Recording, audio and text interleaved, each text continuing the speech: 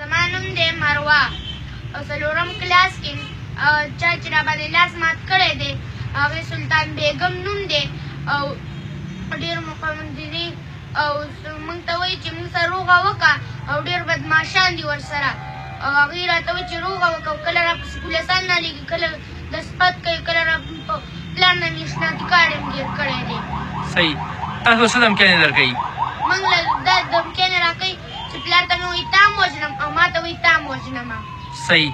او څو ورځونه دا مس سکول ته نه راغلي؟ 2 ورځونه نه ده راغلې ده او واړې داسې پزول ګرځي او میرګاټي کله کوي او کله څه کوي او سبق نه وایي؟ سبق بیخي نه وایي. ته چا ته اپیل کول غواړې؟ د حکومت ته څه اپیل کوې؟ حکومت ته دا وایم چې دا لرې کړي بیخي لرې کړي ډارې کړي کور ته مو لېږي. صحیح. او په تا ما اجلاس مات کړی د مس خلاف څه ونه شو؟ هغې لا هېڅ څه م ونه شو د حکومت زما تپوس ونه کړو. صحیح. صحیح.